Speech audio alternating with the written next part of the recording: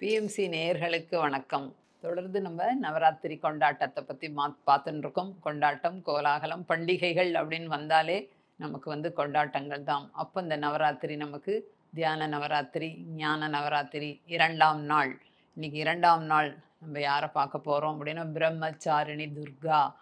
எவ்வளோ அழகாக இருக்குது பாருங்கள். பிரம்மச்சாரிணி அப்படின்னா என்ன அப்படின்னு சொன்னால் பிரம்மம் அப்படின்னு சொன்னாலே, பிரம்மச்சாரிணி அப்படின்னா பிரம்மம், துர்க்கம் அப்படின்னா ரகசியம்.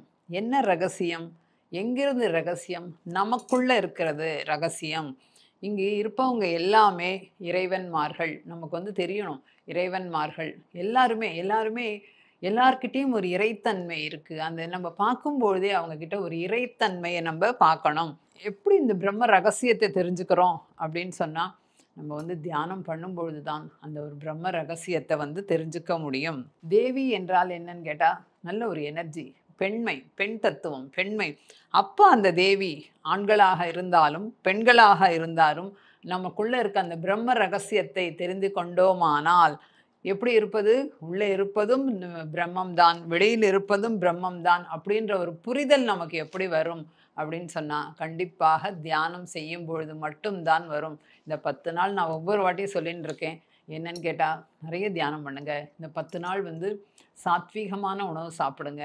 ஏன்னா எனர்ஜி நேச்சராகவே எனர்ஜி, சக்திங்களோட எனர்ஜி நிறைய இருக்குது. அப்போ சாத்வீகம் ஆகாரம், ஒரு நீராகாரம், நிறைய நேரம் தியானம். பொம்மைகள் வச்சோம், எல்லாரையும் கூப்பிட்டோம், பூஜைகள் பண்ணோம், நிறைய பிரசாதங்கள் பண்ணோம். இது மட்டும் நவராத்திரி கிடையாது.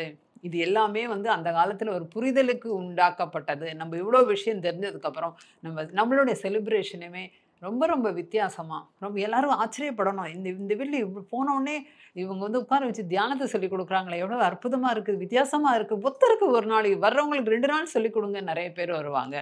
இதுதான் நம்ம தெரிஞ்சுக்கணும். அப்போ என்னன்னு கேட்டால், என்ன வரும்னு கேட்டால், நமக்கு அக்செப்டன்ஸ் அப்படின்றது வரும். அக்செப்டன்ஸ் வரும் அப்படின்னு சொன்னால், நம்ம நிறைய என்ன பண்ணணும்? தியானம், சுவாத்தியாயம், சத்சங்கம், இது மட்டும்தான் நமக்கு தெரிய வேண்டிய ஒரு விஷயம்.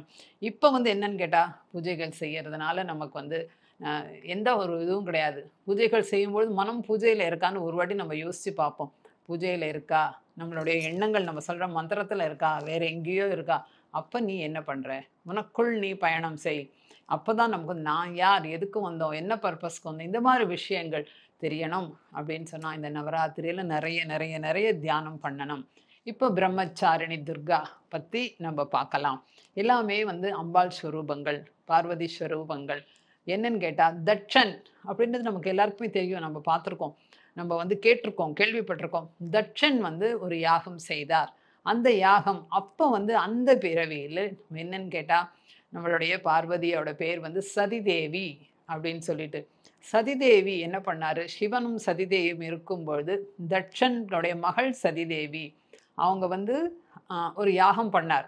என்ன யாகம் அப்படின்னு சொன்னால், நான் தான் ரொம்ப பூர்ணாத்மா நிலைக்கு வரணும், எல்லாருமே எனக்கு கீழே தான் வரணும்னு சொல்லிட்டு ஒரு தவறான ஒரு எண்ணம் அந்த தட்சனுக்கு இருந்தது. அப்போ இந்த சதிதேவிக்கு பிடிக்கல. என்னன்னு கேட்டால், என்னது இது, என்ன நம்ம அப்பா இவ்வளோ மோசமாக ஒரு யாகத்தை பண்ணுறாரு, இந்த யாகத்தை நிறுத்தணும், நம்ம இந்த யாகத்துக்கு போக வேண்டும் அப்படின்னு சொல்லி நினைக்கும் பொழுது சிவன் என்ன சொல்கிறாரு? உன்னை கூப்பிட்டாங்களா, நீ எதுக்கு போகிற, நீ போகக்கூடாது அப்படின்றாரு. இல்லை, நான் போகணும். இதுலேருந்து நம்ம என்ன தெரிஞ்சுக்கணும்னு கேட்டால், சதிதேவி தன்னுடைய சுகத்திற்காகவோ தன்னுடைய வசதிக்காகவோ போகவில்லை, லோக கல்யாணத்திற்காக. லோக கல்யாணத்தை ஏன்னு கேட்டால், பூர்ணாத்மா நிலைக்கு தட்சன் வந்தாச்சுன்னு சொன்னால் அதுக்கப்புறம் ரொம்ப மோசமாக போயிடும். அப்போ அதுலேருந்து எல்லாரையும் காப்பாற்றணும் அப்படின்னு சொல்லி அவங்க என்ன பண்ணாங்கன்னு கேட்டால், அந்த யாகத்துக்கு போனான். அங்கே யாகத்துக்கு போகும்பொழுது என்னாச்சு அப்படின்னு சொன்னால், பயங்கரமான கோபம் தட்சனுக்கு. என்னன்னு கேட்டால், எப்படி நீ வருவ, கூப்பிடாமையே வருவியா, நீ உன்னை நான் கூப்பிடவே இல்லையே அப்படின்னா. இல்லை, கூப்பிடலனாலும் நான் வருவேன். ஏன் வரணும்னு கேட்டால், நான் மக்களின் நலனுக்காக வந்திருக்கேன், நீ இந்த யாகத்தை நிறுத்து அப்படின்னு சொல்கிறாங்க. சொல்லும்பொழுது அவருக்கு பயங்கர கோபம் வருது. முடியவே முடியாது அப்படின்னு சொல்லிட்டு சிவனெல்லாம் தாறுமாறாக பேசுகிறாரு. இல்லை, நீ நிறுத்தி தான் ஆகணும்னா அவர் கேட்குற மாதிரி இல்லை. அப்போ என்ன பண்ணுறாங்க அப்படின்னு சொன்னால், ஏதாவது ஒரு கெடுதல் நடந்தால் ஒரு நல்ல விஷயம் நிறுத்திடுவோம் இல்லையா, பொதுவான உலக நியதி இல்லையா இது. இவங்க என்ன பண்ணுறாங்க அப்படின்னு சொன்னால், அந்த யாகத்தில் போய் அந்த தீக்கூடத்தில் போய் விழுந்துடுறாங்க. விழுந்து தன் உயிரை மாய்த்து கொள்கிறார். இதுலேருந்து நம்ம என்ன தெரிஞ்சுக்கணும்னா, அடுத்த பிறவியில வரலாம். இந்த பிறவியில இத கெட்டுதல் நம்ம வந்து நிறுத்தணும் அப்படின்னு சொல்லிட்டு போம்போது, சிவன் என்ன பண்ணிடுறாருன்னா, யாகம் நின்னு போச்சு. சிவனுக்கு ரொம்ப வருத்தம். ஏன்னா, அந்த சதிதேவி மேலே அவருக்கு அளவுக்கு அதிகமான ஒரு அன்பு, அளவுக்கு அதிகமான ஒரு காதல். அதுலேருந்து, ஐயோ! நம்ம எப்படி இருப்போம்? சதிதேவி இல்லாம நம்ம எப்படி இருப்போம்? அப்படின்னு சொல்லிட்டு என்ன பண்றாருன்னா, அந்த சதிதேவியோட உடல ஒரு பாயில சுருட்டி தூக்கிட்டு போறாரு. யார் யார்கிட்ட போய் கேட்கிறாரு, உயிர் பிச்சை கொடுங்கன்னு சொல்லிட்டு. அப்போ ஒரு முனிவர் கிட்ட போய் கேட்கிறாரு. ஏன்னா, சிவன் நினைச்சா என்ன வேணா பண்ண முடியும். ஆனா, அவர் வந்து அந்த நிலையில இல்ல. ஏன்னா, அவருக்கே அந்த நிலையில எனர்ஜி இல்ல. தூக்கிட்டு போம்போது அந்த முனிவர் சொல்றாரு, "அந்த ஆன்மாவே முடிவெடுத்து இறந்ததுனால ஒண்ணும் செய்ய முடியாது." அப்படின்னு சொல்லிடுறாங்க. சொல்லும்பொழுது என்ன ஆகுதுன்னு சொன்னா, அந்த உடலிலிருந்து உதிர்ந்த பாகங்கள் ஒரு சக்தி பீடமாக உருவெடுத்தது அப்படின்னு. உடனே சிவனுக்கு என்ன ஆச்சு? ஐயோ! காப்பாத்த முடியாதா? சதிதேவி நம்ம கூட இல்லையா? அப்படின்னு சொல்லிட்டு என்ன பண்ணிடுறாருன்னா, சமாதி நிலைக்கு போயிடுறாரு. தியான நிலைக்கு போயிடுறாரு. நம்ம பார்த்துருப்போம். சிவன் வந்து எப்பயுமே சிவனோட படங்கள் நம்ம பார்க்கும்போது பாதி கண் மூடி தான் இருக்கும். எப்பயுமே தியான நிலைக்கு இருப்பாரு. அவர்ட்ட கேட்டுருக்காங்களாம். நாங்க வந்து உங்கள உங்கள மாரி வரணும்னு சொல்லிட்டு தியானம் பண்றோம். நீங்க ஏன் பண்றீங்க? அப்படின்னு கேட்கும்போது அவர் என்ன சொன்னாராம், "நீங்க என் நிலைக்கு வரணும்னு பண்றீங்க. நான் என்ன விட மேல்நிலைக்கு போகணும்னு நினைக்கிறேன்." யோசிச்சு பாருங்க. அப்ப தியானம்ன்றது எவ்வளோ ஒரு முக்கியமான ஒரு விஷயம். தியானம் வந்து எவ்வளோ யாகங்கள் எல்லாம் பண்ணி மிகப்பெரிய மகான்கள் நெறைய பேர் இருந்தாலும், ஒரு தியானி பக்கத்துல இருந்தா அந்த அளவுக்கு ஒரு எனர்ஜி இருக்குமா. அப்ப அந்த தியானத்திற்கு எவ்வளோ முக்கியத்துவம் பாருங்க. அப்ப இந்த இந்த இது நமக்கு தெரிஞ்ச உடனே நம்ம என்ன பண்ணணும்னா, தியானத்த பண்ணணும். சமாதி நிலைக்கு போயாச்சு. போன உடனே என்ன ஆச்சுன்னா, இவங்க சதிதேவி வந்து என்ன வந்து இறக்கும்போது என்ன நினைச்சான்னா, அடுத்த ஜென்மால நல்ல ஒரு அம்மா, அப்பாக்கு நம்ம பொறக்கணும். அப்படின்னு நினச்சுக்கிட்டே தான் உயிர விட்டாள். அதுதான் எப்பயுமே நல்ல விஷயங்கள். ஏன்னா நம்ம வாசனா, பூர்வ ஜென்ம விஷயங்கள்லாம் நமக்கு வரும்னு சொல்லும்போது, நமக்கு எப்பயுமே ஒரு நல்ல நிலையில, நல்ல எண்ணத்தில, நல்ல செயல்கள்ல நம்ம இருக்கும்பொழுது என்ன ஆகும்னா, நமக்கு வந்து அடுத்த ஜென்மம் நல்ல விஷயங்களாக கிடைக்கும் அப்படின்றது இதுலேருந்து நம்ம தெரிஞ்சுக்கலாம். இப்ப வந்து என்னன்னு கேட்டா, அடுத்த ஜென்மால அவங்க என்ன பண்ணாங்கன்னா, ஹிமவந்தன் மேனகா அப்படின்றவங்களுக்கு ஒரு மகளாக பிறந்தார். அவ சின்ன வயசுலேருந்தே ஒரே ஆசை என்னங்கன்னா, சிவன கல்யாணம் பண்ணிக்கணும். சிவன கல்யாணம் இத தவிர வேற எண்ணமே கிடையாது. நம்ம வந்து என்ன பண்ணணும்னா, ரொம்ப டீப்பா நம்ம போய் இதிகாசங்கள்ல, புராணங்கள்ல, கதைகள்ல போய் நம்ம வந்து டீப்பா ஆராய்ச்சி பண்ணாம, அதுல இருக்க கருத்துக்கள நம்ம தெரிஞ்சுக்கணும். அந்த கருத்துக்கள் தெரிஞ்சுக்கிறதுக்காக தான் நமக்கு இதிகாசங்கள் படைக்கப்பட்டிருக்கு அப்படின்னு. இதுக்கு நடுவுல என்ன ஆச்சுன்னா, சிவனோட வேலைகள் நின்னு போச்சு. ஏன்னா, சிவன் வந்து சமாதி நிலைக்கு போயிட்டாரு, தியான நிலைக்கு போயிட்டாரு. அப்ப தாரகாசுரன் அப்படின்ற ஒரு அரக்கன் என்ன பண்ணேன்னா, பிரம்மாவ பார்க்கறதுக்காக நெறைய நெறைய யாகங்கள், நெறைய இது பண்ணும்பொழுது பிரம்மா அவர் முன்னால் தோன்றினார். தோன்றி எனக்கு "உனக்கு என்ன வேணும்?" அப்படின்னு கேட்கும்பொழுது, "எனக்கு சாகா வரம் வேண்டும்." அப்படின்னு கேட்டிருக்காரு. இது நடக்காது. ஏன்னா, "பிறந்தவன் எல்லாம் ஒரு நாள் இறந்து தான் ஆகணும்." அப்படின்னு சொல்லிட்டு பிரம்மா சொல்றாரு. சொல்லும்போது அவங்களுக்கு என்ன ஆகுதுன்னா, அவனுக்கு சரி அப்பன்னா சிவனோட பிள்ளைகளால எனக்கு இறப்பு வரட்டும். யோசிச்சு பாருங்களேன். என்ன ஒரு இது சிவனோட பிள்ளை ஏன்னு கேட்டா, அவங்க அந்த அரக்கனுக்கு என்னன்னா, அவர் தான் சமாதி நிலைக்கு போயிட்டாரு. அவர் இனிமேல் கல்யாணம் பண்ணிக்க போறதில்ல. குழந்தை ஒண்ணும் பொறக்க போறதில்ல. அதனால வந்து சிவனோட பிள்ளைகளா அப்படின்னு சொல்லிட்டாரு. சொன்ன உடனே என்னாச்சு அப்படின்னு சொன்னா, சிவன் சமாதி நிலையில இருக்கிறார். அதனால இவங்க இப்படி கேட்குறாங்கன்னு சொல்லிட்டு, அப்புறம் இவங்கெல்லாம் என்ன பண்ணாங்க, தேவர்கள்லாம் மன்மதனை அழிச்சாங்க. அழைச்சு என்ன பண்ணியிருக்காங்க அப்படின்னு சொன்னா, சிவன வந்து எப்படியாவது எழுப்பணும் தியானத்திலேருந்து அப்படின்னு சொல்லிட்டு. அப்படி சிவன்கிட்ட போய் பேசும்போது, "என்னுடைய நெற்றிக் கண்ணால் சிவன் வந்து அந்த மன்மதனை எரித்து விட்டார்." இதுலேருந்து நாம தெரிஞ்சுக்க வேண்டியது என்னன்னு கேட்டா, நெறைய நேரம் தியானம் யாராவது பண்ணிட்டு இருக்கும்போது, அவங்கள போய் தொந்தரவு பண்ணி பாதியிலேயே எழுப்புறது, இதெல்லாம் வந்து மிக மிக ரொம்ப மோசமான ஒரு செயல். அப்படின்ற ஒரு புரிதல் வந்து இந்த இடத்துல வந்திருக்கு. அதுக்கப்புறம் என்ன பண்ணா அப்படின்னு சொன்னா, சதிதேவி கிட்ட போனாங்க. நீ வந்து போனேன்னு கேட்டா, சதிதேவி கிட்ட போய், "நீ எப்படியாவது நீ வந்து சிவனை கல்யாணம் பண்ணிக்கோ. சிவன கல்யாணம் பண்ணிக்கிட்டு நீங்க வந்து இது பண்ணணும். இந்த அரக்கன அழிக்கணும்." அப்படின்னு சொல்லும்பொழுது, அப்பதான் வந்து தெரிஞ்சது சதிதேவிக்கு. சதிதேவிக்கு நமக்கு தெரிஞ்ச விஷயம் தான். இந்த இந்த இதுல வந்து பிரம்மச்சாரிணி துர்கா அப்படின்னு. என்ன பண்ணாங்க அப்படின்னு சொன்னா, ஒரு சுலபமான காரியம் இல்லை. ஏன்னா சிவனை அடையறதுன்றது மிகப்பெரிய விஷயம். சிவன் வந்து தியான நிலையில இருக்காரு. அப்படின்னு சொல்லும்பொழுது, என்ன பண்ணணும்? சிவனோட சைத்தன்யம் இதுல இணையணும் அப்படின்னு சொன்னா, என்ன பண்ணணும்னு சொன்னா, ஒரு சபதம் எடுத்தாங்க. சபதம் எடுத்து, அதுதான் அர்த்தநாரீஸ்வர தத்துவம். இதுல வந்து என்ன தெரிஞ்சுக்கணும் அப்படின்னு சொன்னா, சதிதேவி மரணம் என்பது என்னன்னு சொன்னா, நமக்கு புனர்ஜென்ம சித்தாந்தம் அப்படின்ற ஒரு கருத்து நமக்கு புரியணும். ஏன்னா, சதிதேவிக்கு தெரியும் இறந்து போகும்போது நம்ம அடுத்த ஜென்மா இருக்கு அப்படின்னு சொல்லி தான் அவங்க தீயில குதிச்சாங்க. இதுலேருந்து நாம தெரிஞ்சுக்க வேண்டியது புனர்ஜென்ம சித்தாந்தம் அப்படின்னு. இன்னொன்னு வந்து லோக கல்யாணத்துக்காக ஏன்னு கேட்டா அவங்க மக்களுக்காக தான் உயிரே விட்டாங்க. லோக கல்யாணத்துக்காக நாம் செய்யக்கூடிய விஷயங்கள் அனைத்துமே ஒரு நல்ல அற்புதமான ஒரு வந்து ஒரு வளர்ச்சியை குடுக்கும் அப்படின்றத நம்ம புரிஞ்சுக்கணும். அதுக்கப்புறம் வந்து நம்ம வந்து இறக்கும்பொழுது எந்த மனோபாவத்துல இருக்கிறோமோ, அந்த மனோபாவத்திலே நம்ம இறக்கும் பொழுது அடுத்த ஜென்மா அப்படிங்கும்போது நம்ம அதனுடைய தொடர்ச்சி வந்து நல்ல விதமாக இருக்கும் அப்படின்றது தெரியும். தாரகாசுரனோட கதையிலேருந்து என்ன தெரிஞ்சுக்கிறோம் அப்படின்னு சொன்னா, அவர் நினச்சுட்டாரு நம்ம தான் ரொம்ப கிரேட்டுன்னு சொல்லிட்டு. ஆனா நம்மை விட பிரபஞ்சம் பல மடங்கு உயர்ந்தது அப்படின்ற ஒரு புரிதல். அவர் என்ன சொன்னாரு, சிவனோட பசங்களால நான் இறக்கணும். ரொம்ப ஈஸியா சொன்னாரு. ஆனா பிரபஞ்சம் அத விட ஜாஸ்தி இருக்கு. அப்படின்ற ஒரு புரிதல் வந்து நமக்கு தெரியுது. அதனால வந்து என்னன்னு கேட்டா, யாரையுமே நம்ம வந்து தொந்தரவு செய்யக்கூடாது அப்படின்னு. சரி இந்த பிரம்மச்சாரிணி என்ன பண்ணாங்க, சிவன் என்னவோ வந்து அசைறா மாரி தெரியல. அது என்ன பண்ணாங்கன்னா, 500 வருடம் தியானம் செய்தாள். இதுலேருந்து நம்ம என்ன தெரிஞ்சுக்கணும்னா, அசுர சாதனை. தியானம்ன்றது சின்ன சின்ன ஒரு 10 நிமிஷம் பண்றது, 5 நிமிஷம் பண்றது கிடையாது. ஒரு சிவனை அடையறதுக்கு 500 வருடம் 500 வருடம்போது நம்மளுடைய இந்த பௌதீக வாழ்க்கையில வருடங்கள நம்ம கணக்கு வச்சுக்க கூடாது. அந்த 500 வருடங்கள் அசுர சாதனை செய்து ஒவ்வொன்னும் என்ன பண்ணாங்க, எந்த அளவிற்கு உன்னதமான ஒரு சக்தி இருந்தா அந்த 500 வருடம் தியானம் செய்ய முடியும். பக்தியோட, ஸ்ரத்தையோட, தவத்தோட, நம்பிக்கையோட அசுர சாதனை செஞ்சு சிவனை அடைந்தார் அப்படின்னு புராணங்கள் கூறுகிறது. அதனால வந்து என்ன பண்ணணும்னு சொன்னா, ஒரு டார்கெட் நமக்கு வந்து ஒரு கோல் வச்சுக்கணும். இத ரீச் ஆகணும் அப்படின்னு சொன்னா, நம்ம அந்த தியான சாதனை நம்ம சொல்லுவோம். நான் கூட தியானம் பண்றேன். அவங்க வந்து ஆனா அவங்களுக்கெல்லாம் நெறைய வருது. தேர்ட் ஐ வருதுங்கிறாங்க, ஆஸ்ட்ரல் டிராவல்ங்கிறாங்க, என்னென்னவோ வருதுன்றாங்க. அப்ப நமக்கு அப்படின்னு சொல்லி எப்ப பாரு நம்ம கொஸ்டின் போட்டுப்போம். நான் தியானம் பண்றேன். ஆனாலும் எனக்கு இந்த வலிகள் வருது. எனக்கு இந்த தோல்விகள் வருது. ஆனா நம்ம எப்படி இருக்கோம்? நம்ம வந்து செல்ஃப் செக் பண்ணிக்கிட்டே இருக்கணும். இதனால தான் அசுர சாதனை நிச்சயமா என்னால முடியும். பிரபஞ்சம் எனக்கு வழிவிடும். நான் வந்து தியானம் செய்றேனா, தியானம் சொல்லி தரேனா, புக்ஸ் வாசிக்கிறேனா, சத்சங் அட்டெண்ட் பண்றேனா, இது நம்ம செல்ஃப் செக் பண்ணிக்கிட்டே நம்மளும் இருக்கும்பொழுது, அந்த பிரம்மச்சாரிணி துர்கா போல் நாமும் சாதனை படைப்போம். கண்டிப்பாக தியான சாதனை. ஒரே ஒரு பத்ரிஜி உலகத்தையே தியானியா ஆக்கினாரு. ஆனா நம்ம வந்து ஒவ்வொருத்தரும் எத்தன பேர உருவாக்கியிருக்காரு உலகம் முழுவதும்.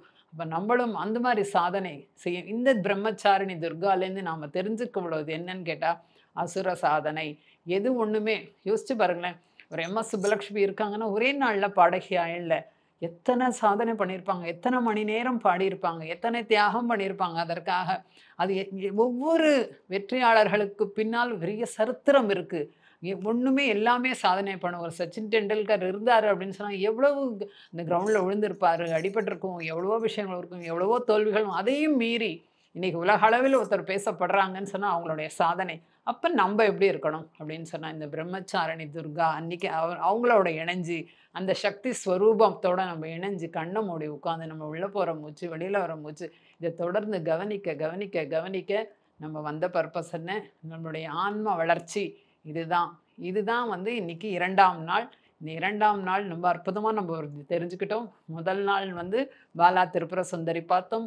2ஆம் நாள் பிரம்மச்சாரிணி துர்கா பார்த்தோம். பிரம்மச்சாரிணி துர்கா அசுர சாதனை அடைந்து சிவனை அடைந்தாள். நம்மளும் தியானத்தை தவம் மாரின்னு சொன்னா நெறைய நேரம் தியானம் பண்றது.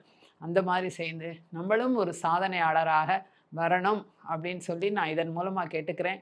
நம்ம இன்னைக்கு 2வது நாளாக பிரம்மச்சாரிணி துர்கா பத்தி நம்ம நெறைய தெரிஞ்சுக்கிட்டோம். அதோட சேர்த்து என்ன வேணும்? தெரிஞ்சிருந்தால் மட்டும் போதுமா? ஞானம் வேணும் இல்லையா? அந்த ஞானம் எப்படி வரும்? தியானத்தினால் ஞானம்ன்றது நமக்கு தெரிஞ்ச விஷயம். நல்ல ஒரு இசை. அந்த குரல கேளுங்களேன். எவ்வளவு அழகா வந்து அந்த தேன் சொல்லுவாங்களே, தேன் மதுர குரல் அப்படின்ற ஒரு குரல் இப்போ வந்து ஒரு பாட்டு கேட்கும். அந்த பாட்டை கேட்டுக்கிட்டே நம்ம கண்ண மூடி உட்காந்து நம்ம தியானத்தை செஞ்சு அந்த பிரம்மச்சாரிணி துர்காவோடு இணைவோம். गीततो निकुतक धीम तत्र कीटत्वं नाचे रहे गौरिता दिता दै तिरह तो गीततो निकुतक धीम तत्र कीटत्वं नाचे रहे गौरिता दिता दै तिरह तो गीततो निकुतक धी बाज पायल कहो जनन जनन बाज पायल कहो जनन जनन बाज पायल कहो जनन जनन ननन ननन तो जनन ननन ननन ननन तो जनन ननन ननन ननन गीत तो निको तक धीम तत्र कीट तो नाचे रहे गोरी तादी तातै तितै दिरह तो गीत तो निको तक धीम तान गावे तकट तै तै तान गावे तकट तै तै तान गावे तकट तै तै तैत तैथ धन धनां धीं तकिट तकतीं धीं तकिट तकतीं धीं तकिट तकतीं हदतो हद गीत तो निकुतक धीं तत्र कीटतो नाचे रहे गोरी तादी तातै तितै दिरगतो गीत तो निकुतक धीं पदुमनाभ तुम्हारी गीता पदुमनाभ तुम्हारी गीता क्या कहूँ मैं सावरो पदुमनाभ तुम्हारी गीता क्या कहूँ मैं सावरो ताप संकट हरण आयो सो हमारो तुम हरो ताप संकट हरण आयो सो हमारो तुम हरो तदीं तदीं धीरना उतनि ततानि तानि तदीं तदीं धीरना तदीं तदीं धीरना उतनि ततानि तानि तदीं तदीं धीरनां नादित्तं तकतनि तन तदार तर धाननि तननि तनन तन तदां तानि तगतदां तानि तगतदां तानि दीं दीं दीं तनि अलरि तां तां तां तकति कुतनि अलरि तों तों तों तकति कुतनि अलरि गीत तो निकुतक धीं तत्र कीटतों नाचे रहे गोरी तादी तातै तितै धीरगतो गीत तो निकुतक धीं குறை ஒன்றும் இல்லை மறைமூர்த்தி கண்ணா குறை ஒன்றும் இல்லை கண்ணா குறை ஒன்றும் இல்லை கோவிந்தா குறை ஒன்றும் இல்லை மறைமூர்த்தி கண்ணா குறை ஒன்றும் இல்லை கண்ணா குறை ஒன்றும் இல்லை கோவிந்தா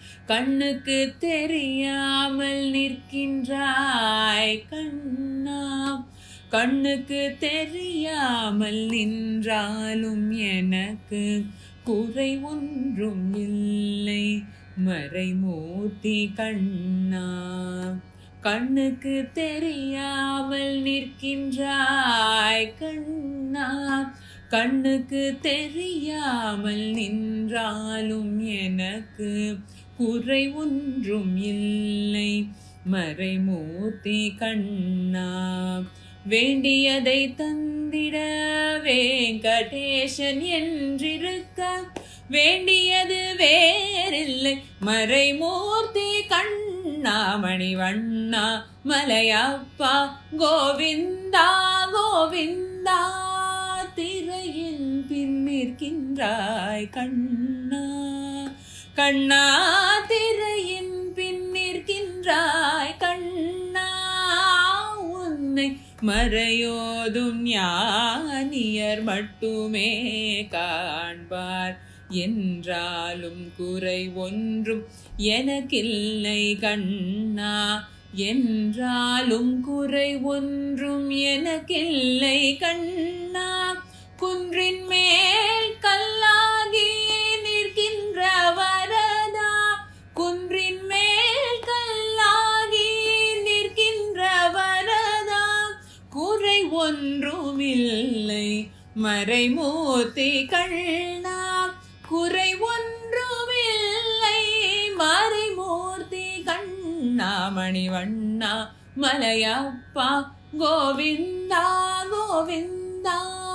நலிந்தாருக்கு இறங்கி கல்லிலே இறங்கி சிலையாக கோயிலில் நிற்கின்றாய் கேசவா, நலிந்தாருக்கு இறங்கி கல்லிலே இறங்கி சிலையாக கோயிலில் நிற்கின்றாய் கேசவா, குறை ஒன்றுமில்லை மறைமூர்த்தி கண்ணா, யாரும் மறுக்காத மலையப்பா, யாரும் மறுக்காத மலையப்பா, உன் மார்பில் ஏழு தரணிக்கும் கருணை கடலன்னை எங்கும் இருந்திட, எது குறை எனக்கு எங்கும் இருந்திட, ஏது குறை எனக்கு ஒன்றும் குறையில்லை மறைமூர்த்தி கண்ணா, ஒன்றும் குறையில்லை மறைமூர்த்தி கண்ணா, மணிவண்ணா மலையப்பா கோவிந்தா கோவிந்தா கோவிந்தா கோவிந்தா கோவிந்தா கோவிந்தா. முருகா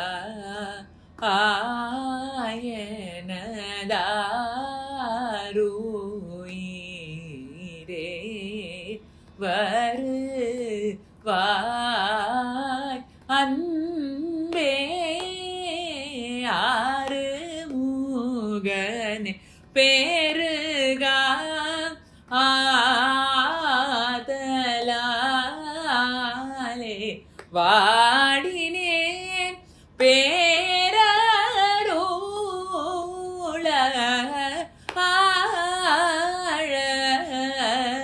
ஆழகாரி பமரி மரி சாரி சனி பசனி சானி நி பபா மரி ரி சரி பரி மம சரி மபனி மபனி சரி மரி மரி சரி சனி பமரி பமரி சமுருகா ஆ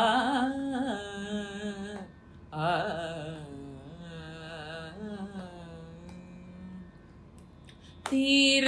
திருமால் அருமருகா மறை புகழும் திருமால் அருமருகா மறை புகழும் பாமரி மரி சரிசா பமணி பாமரி சரி மதிருமான் அருமருகா மறை புகழும் பாபனி பமணி பாபமா பரிம பாமரி மரி சரிசா தினி சரி மதிருமான் அருமருகா மறை புகழும் நீ பமா பனி நீ பாமரி பாமரி மரி ரி சமரி பமணி பசனி பா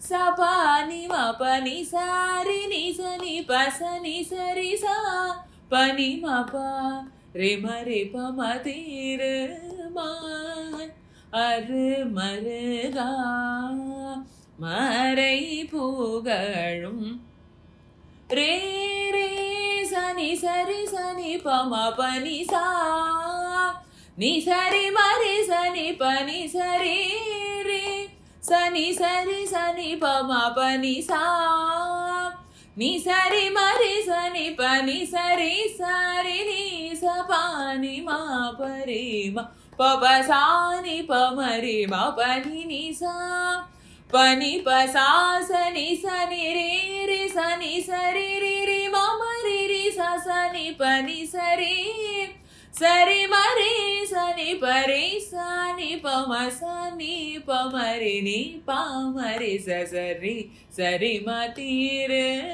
man aru maruga மறை புகழும் திருமான் அருமருகா